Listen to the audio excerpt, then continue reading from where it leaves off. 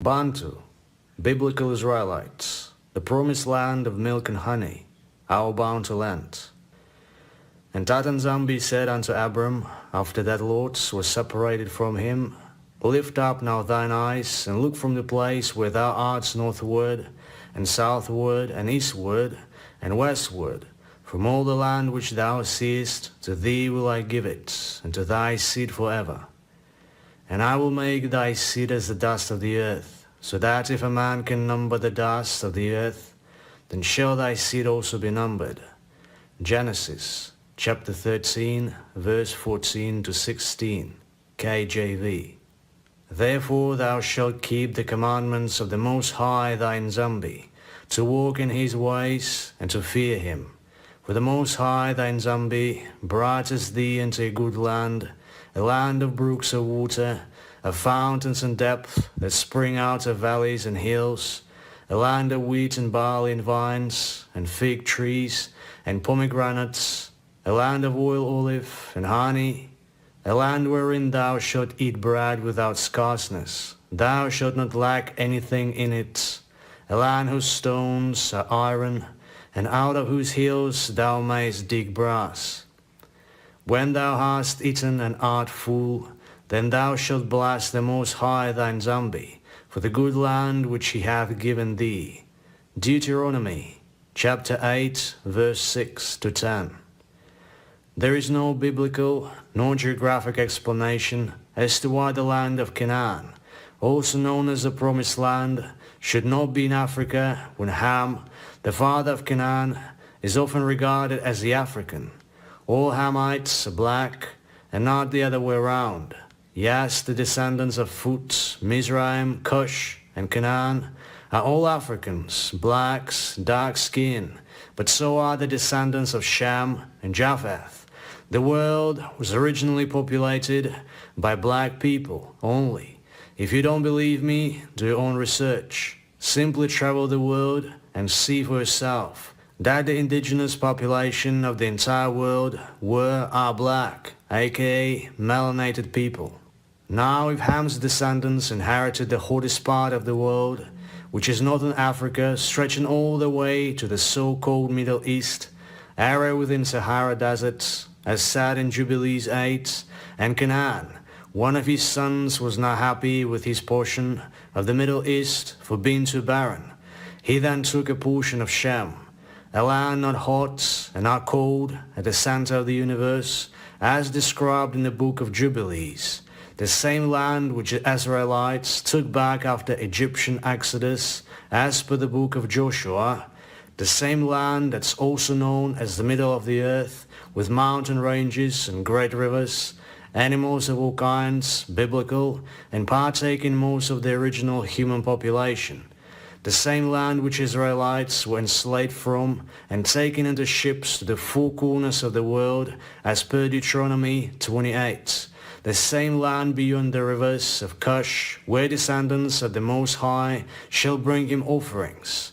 The same land which Joel chapter 3 verse 2 prophesied would be partitioned among wolves, Caucasians, and its people be sold to the four corners of the world. How then is it that today we are looking for the Israelites and the land thereof in the so-called Middle East, so-called modern Israel, a fake land and a fake people with a fake language invented in 1948 by the imperialists and satanists who took crafty counsel to destroy the people of the Most High? Revelation chapter 2 verse 9, Psalm chapter 83 verse 4, Revelation chapter 3 verse 9. There is a strong reason why the Berlin Conference, also known as the Congo Conference, took place. There is a strong reason to why they divided up Africa into countries and renamed every land, waters, mountains, and even the people. The purpose was to whitewash black history. According to Genesis chapter 13, Abraham and Lot went out from Egypt and settled into the land of Canaan, the son of Ham, the black African. At the time of Moses, after 430 years in Egypt, Exodus chapter 13 verse 18 says the Bantu Israelites later went up out of Egypt back into the land of Canaan, or the Promised Land, which was all the land below the Sahara Desert, Ideally, they dwelled in the Great Lakes region and later divided into two groups. The Northern Kingdom migrated toward the modern-day Southern Africa, Zulu, which is up from Central Africa. Looking at the world map today, you will think it means they went towards Europe or Middle East. You'd think that Europe is geographically up and Africa is down because you've been programmed to think that Egypt is up from sub-Saharan Africa and that the size, landmass of ancient Egypt is the same as modern Egypt. Let me decolonize your mind. Did you know that the Nile River comes from the Central East Africa, dropping into Egypt? And did you know that Lesotho, a Southern African country, also known as a Sky Kingdom, has the highest altitude in Africa, even much higher than Egypt? In clear common sense, a river can only flow from up going down. The concept of the Nile River alone disqualifies the modern world map.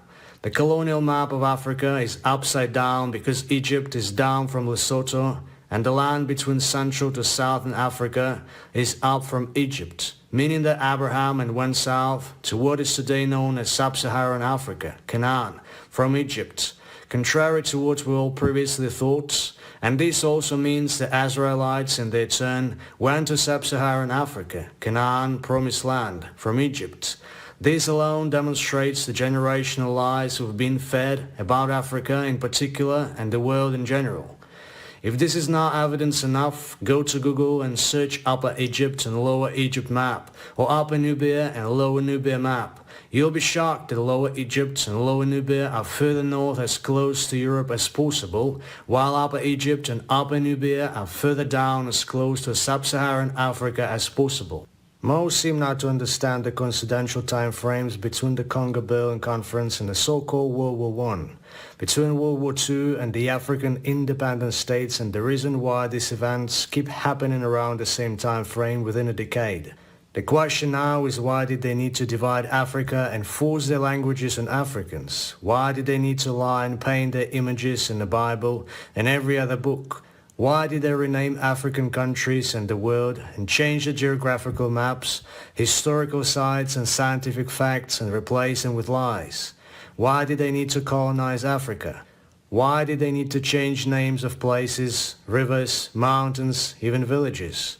Why did they need to create a fake land of Israel, a fake nation of Israel and a fake religion of Christianity and Judaism? Too many questions, right? They call Africa the Dark Continent, not because of our dark skin tones, but because our history is the most overlooked and certainly the most whitewashed.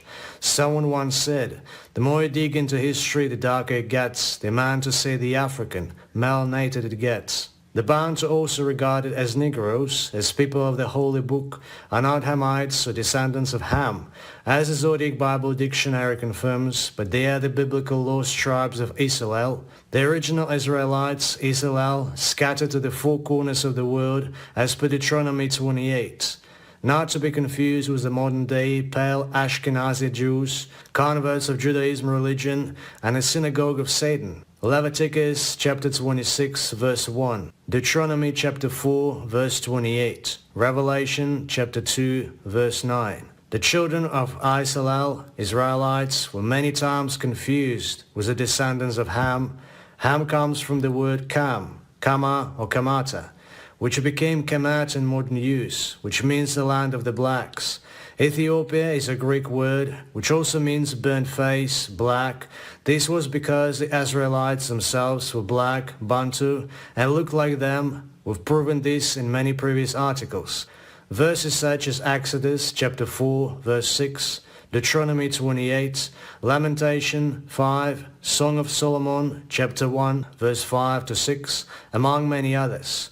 The Bible also says that the descendants of Israel are supposed to be as many as the stars in the sky and as the sand of the seashore, Genesis chapter 22, verse 17. And according to Exodus chapter 3, verse 8, The promised land is supposed to be fertile and large landmass, flowing in the milk and honey. Deuteronomy 8 says a land where you will never need anything because it's a land where the rocks are iron and you can dig copper out of the hills, unlike the tiny dry stolen land in Middle East which was Palestine until May 1948 and today claiming to be the promised land or land of Israel. Notes that the modern Jewish people wanted to settle in Uganda before invading the fake land they are in today. The land of milk and honey is in sub-Saharan Africa. That's why everyone else is focused on Africa. Hence verses such as, they have said, come and let us cut them off from being a nation, that the name of Israel may be no more in remembrance. Psalm chapter 83 verse 4. And will plead with them there for my people and for my heritage Israel, from they have scattered among the nations and parted my land. And they have cast lots of people and have given a boy for an harlot and sold a girl for wine, that they might drink. Joel chapter 3 verse 2 to 4. The land of Canaan is modern-day sub-Saharan Africa. By this time, this is no longer a debate. The only explanation for Joshua, chapter 5, verse 6, about Israelites wandering in the wilderness for 40 years, is if they went up through the Sahara Desert from Egypt. Sahara Desert is the largest desert in the world, covering a massive amount of land from Egypt to just above Central Africa. Interestingly, there is another massive deserted area down south known as Kalahari Desert.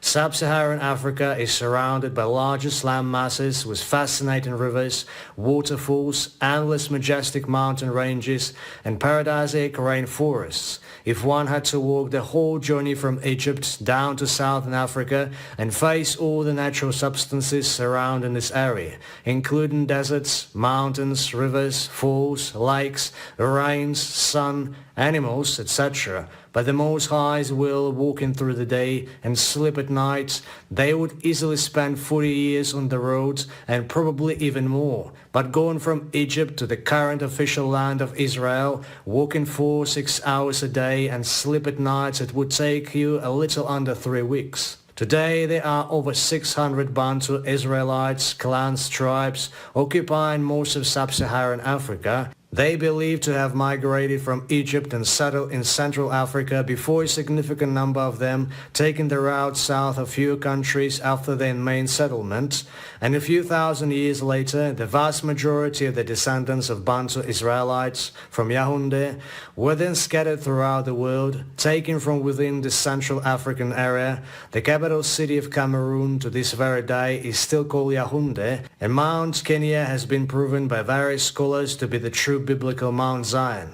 The kingdom of Judah indeed was and still is around the Central African area, from the west coast to the east coast of Central Africa, and the kingdom of Israel was the last of modern Southern Africa. Today, there are also the descendants of Ham dwelling in sub-Saharan Africa, among them the ancient Cushites, Canaanites, and Egyptians. The most common are the Nilotic people. The oldest languages in the world are African languages still spoken in Africa today, because Africans is the original people and Africa is the original and the most anciently inhabited land. Scientifically, the only place in the world with original humans is sub-Saharan Africa, and historically at one point in time the entire earth was populated by black people only. These black people sprang out of the Africa continent and expanded throughout the earth. Then came the Neanderthals, alien to earth, and ever since they've been going all around the world, killing millions of people and breeding with the native and take on their identity. Sub-Saharan Africa remains the only land still purely human. Do yourself a favor and look up Neanderthals' origin. The Y chromosome E1b1, being the ancestor of the 3, is therefore the mark of our late male human ancestor Noah. All these are descendants of the Y chromosome E haplogroup, which is said to be the original male genome, or biblical Adam, originated in the area around Eastern Africa. Also, the archaeological and paleontological evidence point to Eastern Africa as a likely area of early evolution of modern humans. This E haplogroup would be known today as the first human, aka Adam. Remember Africa? anciently known as Alkebulan, which is another word for Eden, and east thereof is where the Garden of Eden was located, as said in Genesis chapter 2, verse 8, and the Most High Yah planted a garden eastward in Eden, and there he put the man whom he had formed. These are areas around eastern Congo, Uganda, Tanzania, and Kenya. Genetic studies also indicate that populations from the region often contain, but not exclusively, representatives of the more basal clades of mitochondrial and Y chromosome phylogenies. Regardless of the importance of DNA in tracing the ancestries and genetic similarities, the Y chromosome haplogroup E1b1a is said to be significantly predominant in sub-Saharan Africans. Mainly among the Bantu, it is indeed evident that not only the Bantu have this marker, but even tribes surrounding them. It is rather the original marker of the Niger-Congo family, aka the Shemitic bloodline. The Niger-Congo comprises of approximately 1,540 tribes, making more than half of the Africa population. E1b1b is said to be of descendants of Ham, or the Hamitic marker, and the E1b1c is a genetic marker for the descendants of Japheth. The white man is responsible for all the cares going on all around the world. The colonial educational system still in place, miseducating African children to not see the riches in their land and not be able to exploit such wealth themselves, but to romanticize about the West. A European scholar by the name Worcester once said, "If you ask us what's the final objective of our politics of separation of races, apartheid, we will respond and say that our principal objective is to obtain an Africa without Africans, because an Africa without Africans will be a complete earthly paradise for the black man." His tactic has been applied by the global agenda. First, they educated the black man that Paris is the capital of love, that Roma is a holy land, that Israel's Middle East is a promised land. Then make the black man hate his country by financing the violence and mass genocide of the African. And then when they flee their country seeking a refuge, they oppressors take them, Africans, in and resettle them in the West. In the meantime, the West is creating a stronghold in Africa. I don't know if you can see these patterns. The black Christians and Muslims want the sky. The black Hebrew Israelites, Jewish, want the so-called Middle East. The educated blacks, colonial puppets, want the so-called West. All of them African, yet none of them want nothing to do with Africa.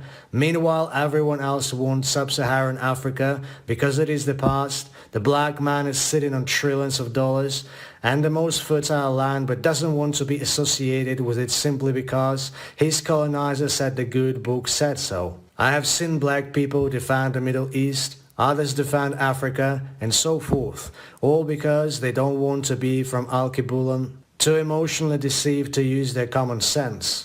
If truly Africa is not the true promised land, why have they emptied the continent with both the transatlantic and the Indian Ocean slavery? Why did they massacre millions and continue killing millions of people in Africa and the diaspora through man-made vaccines, sterilization, starvation, abortion, earth disasters, rape culture, LGBTQ nonsense, and fueling wars resulting in mass genocides, stealing African natural resources for the last 400 years and more, investing in Africa, their people, the so-called Afrikaans, can't seem to let go of their land of Ham. The whole of Europe and America is completely dependent on our promised land and our people scattered throughout the world.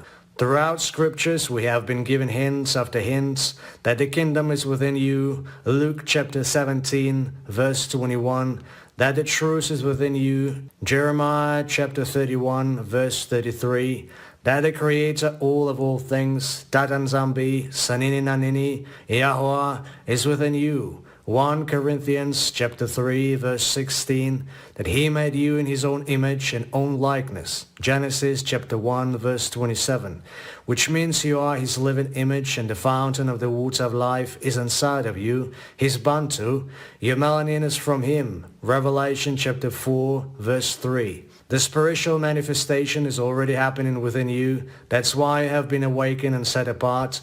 But the physical manifestation awaits you due to lack of spiritual discernment. Many are still waiting for some outer force to come and lead them. Seek deep within. Your source of power does not come from anything outside of you. It comes from within you. Hans John, chapter 14, verse 9, "If you see me, you see the Father."